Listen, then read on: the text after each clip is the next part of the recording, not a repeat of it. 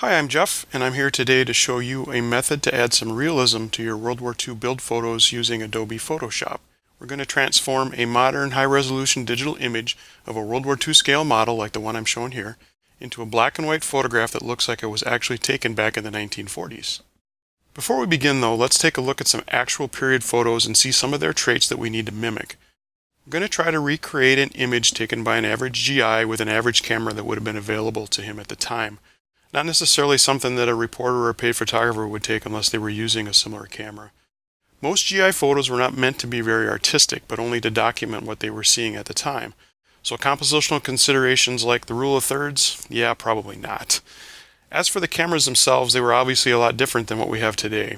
Black and white film was the main medium because it was affordable and easier to get your hands on, but its dynamic range was actually quite low, meaning that the shadows were very dark and the highlights were very bright.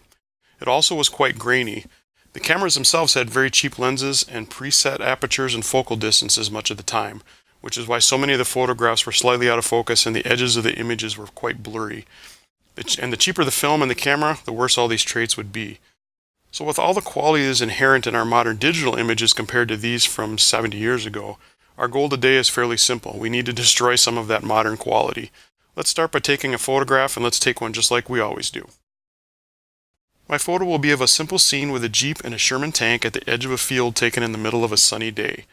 I'm using a homemade base and a foam board mounted image of a sky with some scattered clouds, and for my light source I'm using a bare 60 watt equivalent 5000 degree Kelvin or daylight LED bulb to represent the sun. The bulb is bare, there's nothing to direct the light, it's just a bare bulb on a socket. No other light source were used, and my room is dark with the shades pulled in order to keep this light source as the only one. For my camera, I'm using a simple crop DSLR with a 50mm lens with aperture set at f/22. I'm also shooting in RAW format. So let's take this image into Photoshop now and see what we can do with what we've captured. So I'm in Photoshop, and the version that I'm using here is Adobe Photoshop Creative Cloud version 2018. It is the most current version as of the recording of this video. And I've opened up my raw image, and of course in Photoshop when you open up a raw image it opens up immediately into Camera Raw, which is this window you see right here. It's over the top of Photoshop. It's asking me if I want to make any further adjustments to my image, and what I have done here is I've increased the shadows. This is what the image looked like coming right off of the camera. So what I'm going to do is I up the shadows a little bit, and the reason I'm doing this is that these shadow areas, most likely when I'm finished processing, after we apply a lot of contrast to this image, which is what we need to do in order to make it look like a World War II photo, it's going to really darken those shadows. So I'm going to give it a little bit of a heads up and say, hey, I'm going to up these shadows a little bit so that when we do process it and add more shadows back in, it'll look more natural. That's really the only thing I need to do in Adobe Camera Raw is increase those shadows a little bit. I'm just going to click on Open Image to get me open into Photoshop. Alright, so here's our image. We're going to use a lot of layers over in our layer menu over here. We're going to use a lot of different adjustment layers here, and we're going to use a lot of different like stylized stuff in order to make it look like a World War II image. But really there's only 6 categories or 6 steps that we're going to do here. Each step might involve a couple of individual little steps, but there's really only 6 things we need to do to this image to make it look like a 1940s era photograph. Number 1, we need to convert it to black and white because this is going to be a black and white image. Number 2, we're going to adjust the contrast on the image to look like it's more like a World War II image. Remember we said World War II image film or World War II film generally had a very low dynamic range, so highlights were very bright, shadows were very dark. We're going to duplicate that in this image. Number 3 is blurring the edges of the image due to the less quality lens and add some noise. Number 4, we're going to add some grain. All film back from the 1940s had more grain than what you're going to see in images today, so we're going to add some of that. Number 5, we're going to brighten the corners. Again, the lenses had a tendency to brighten the vignetting, the outer edges of the image a little more than the center. And finally, number 6, which is a little bit more optional, we're going to add some stylization and some texturizing. That is optional. I mean, if you want to do that, you can. If you want your image to look a little bit more beat up, like it's an actual scan of a photograph, or if it's a sepia image, you want it to have that little yellowish orangish tone to it, we're going to show you how to do that as well. So those are the 6 steps that we're going to do. And number 1 we're going to start with is converting to black and white. Now there's a lot of ways we can do this step, and quite honestly there's a lot of ways we can do all of the steps that I'm going to show you. There's different options you could use. This is the way I do it, and for this type of an image it just really needs to get to black and white. And so I'm going to go down to an adjustment layer and I'm going to select black and white, and that will immediately turn it to black and white on your preview here. The only adjustment I'm going to make in the window that pops up is to the blue colors. Now each of these represents a color within the image when it was still color. Those colors are still there, but I can adjust them. So I'm going to take the blue slider, which blue would be the sky. That's where mostly the blues are. So you'll notice if I move that slider around, the blue in the sky changes brightness and darkness. So I need to darken it a little bit. You know, where it is without any adjustment is right there. I'm going to darken it. That's going to add a little bit of contrast to the sky. I don't want to do a whole lot, but the problem I'm seeing is if you'll see this back to, if I set it back to where it was originally, the sky is fairly blown out, which is typical for black and white images of that time with the low dynamic range. But I don't want it too blown out. When I start applying the next contrast, it'll completely disappear. We still want some clouds there, so I want to have it, again, give it a little heads up, say, hey, I need to adjust that a little bit so they don't go away. So that's all I'm really going to do. I'm going to get the blues a little bit darker in the sky. The next thing I'm going to do is I'm going to grab a levels adjustment layer. That's this one right here. Now the levels has a little graphical display just like your histogram does. And the left one here is the darks, the right one is the brights, and these are the midtones. What I'm going to do is I want to offset those midtones a little bit. So I'm going to change that value from 1.0 to, let's say about 0.8. See how it kind of darkened? So the midtones got a little darker. That's typical for that era again. Everything, the highlights are bright, shadows are dark. So that gets us started. I'm going to add another one. I'm going to call it, this is the curves layer. So I've adjusted the darks. Everything in the image is now darker, especially those shadows. Now I'm going to adjust the highlights. And to do that, I'm going to use this curves menu. Again, just like the levels adjustment layer, the curves layer is similar. In the lower left are the blacks, the upper right are the whites. I need to make the whites or those highlights a little bit brighter. So I'm going to grab this little dot right up here and holding the mouse button down, I'm going to move it to the left. You see what happens as I move it? All of the highlights get really bright. This is a selective level. You know, you can go really bright if your image was overexposed. If you're trying to duplicate an image that was overexposed, that might be appropriate. But for what I'm going to do here, I'm just going to go over a little bit. So there's nothing. I'm going to go right about, let's say, right about there. So that gives us a little boost in those highlights. There's more to come. When we start doing some of the other layers, that will increase just a little bit. So now we've adjusted, we've converted to black and white. We've done number 1. Number 2, we've adjusted the contrast. Number 3, we want to blur the edges and add some noise. And to do that, I'm going to go back to the background layer. So I'm going to click on the background layer over here. I'm going to unclick or click on the little padlock that's there to turn off so I can make adjustments to the background. So with my background layer selected, I'm going to go up to my mask tool here, and I'm going to select the elliptical marquee. And down in the lower left of the image, I'm going to come up a little bit from the corner, right about, let's say there. Holding the mouse button down, I'm going to drag to the upper right, not quite all the way, but right about to there, and let go. And that creates an elliptical marquee or mask. Now with that, I'm going to go up to the selection menu, and I'm going to click Modify, Feather. I'm going to feather the mask. And I'm going to put in 100 in this box, 100 pixels. So it's going to feather this mask 100 pixels. And I'm going to hit OK. Next, go back to the selection menu. I'm going to click Inverse. Now that's going to invert the mask. Before the mask was selecting everything inside. Now it's just selecting these corners. See what I'm doing? Now I'm only going to be affecting this corner. And as it gets in closer and closer and closer to the center, it's going to feather out to nothing. So now I've got that. We're going to add some blur now to those areas. So we're going to go up to Filter. We're going to go to Blur. We're going to click on Lens Blur. This is exactly what the lens blur is for. Trying to duplicate some of those World War II type pictures, those older pictures. Now you'll notice something. It's not black and white anymore. It's because we're on the background layer. The background layer is still color. It's all those adjustment layers you put on top that have made it black and white and adjusted the contrast. That's okay. We're just going to add this now, and it will be reflected once we're done. So this is the settings that I selected. I selected the shape as a triangle. I've set my radius to 20. I've set my curvature, my blade curvature to 30. I've set the threshold to 255. I've kept the uniform block selected, and I've selected monochromatic. And you'll notice over here, especially around the sides of the tank or down here, it's just a little bit blurry. Down in all four corners, wherever that mask was, it's kind of blurred out. It's exactly what we want to do. So I'm going to hit OK, and that's going to apply it. Now I'm going to hit Command D or Control D on the PC to get rid of our marquee mask. So I've created, if you'll notice again, look at how it's just a little bit blurry around these areas. See that? That's exactly what happens on some of those cameras back at the time. But we're not done yet. We want to add a little bit of noise at the same time. So with our background layer, this bottom layer is still selected. I'm going to go up to Filter, Noise, Add Noise. Okay. When the window that pops up, I'm going to put about 7% in the amount. I'm going to select Gaussian and make sure that monochromatic box is selected. And I'm going to hit OK.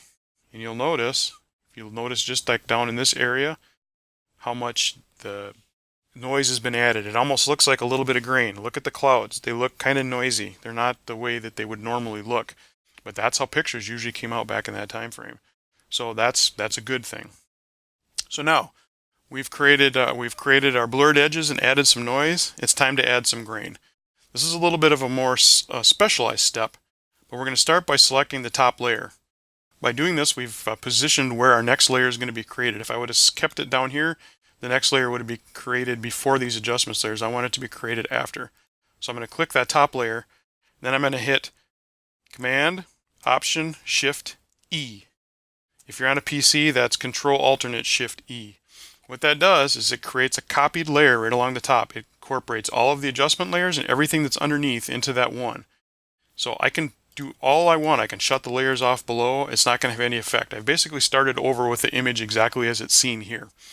I'm doing this because if something happens and I want to go back and adjust some of these curves and levels because the contrast got too much, I can go, all I have to do is go back to those steps. I don't have to keep going, and start out completely over again. So with that layer selected, what we're going to do is I'm going to go up to the filter and select Filter Gallery. And on the Filter Gallery, there's this group of menus over here, pull-down menus. You select the last one down here and select Grain. And this is what happens. This is, we're zoomed way in on our tank here. This is the gun in the upper, the top of the turret. What you need to do, I want you to set the intensity to 30 and the contrast to 50 and change the grain type. It's usually, I think it's usually set at regular. I'm going to set it to sprinkles. Okay, that's all you need to do, and you need to hit OK. Okay, you see what happened now? The contrast change seems a lot brighter, but you'll also notice there's a lot of grain in the image all of a sudden. This is good. It looks weird right now, but that's okay. The next step is going to fix that. With that same layer still selected, select your blend mode here, and then go down to overlay. When you select overlay, it changes everything. You see how suddenly now the sky is really bright and the shadows are really dark? This is a little bit too much, but that's okay. We're going to change the opacity of this layer from 100% here to 50%. And there you go. And hit enter. What do you think of that? If you look, the clouds have lots of grain in them. Look at the tank, look at around the tire, especially in the shadows, you can see lots of grain. This is exactly what happened to those images back then. That's what it looks like when that happens. It's pretty neat. So now we've got our image pretty much done here. There's only one step left, and that's to brighten the corners. So to do that, I'm just going to double click over here in the lighter area of the layer, and that's going to bring up our layer style menu. And I'm going to go over here to Inner Glow, right here. And then select the box over here somewhere so you can get the menu that comes up. Now what you're going to do here is we're going to make sure the preview's on. And I want to make sure that the screen level is set, that the blend mode is set to screen. I want to set that opacity to 100%. Okay, you got that? We're going to make sure that we've got this selected here, that it says softer, that it says edge. We're going to say 0, and then we're going to move this all the way up to 250%. Okay? Now with 250% set, I'm going to set the range to 70. Okay? Now you can see before and after. You see how the edges of the photo kind of change? Just a little bit. So I'm going to hit OK right there. And now you've kind of brightened up the edges of the photo.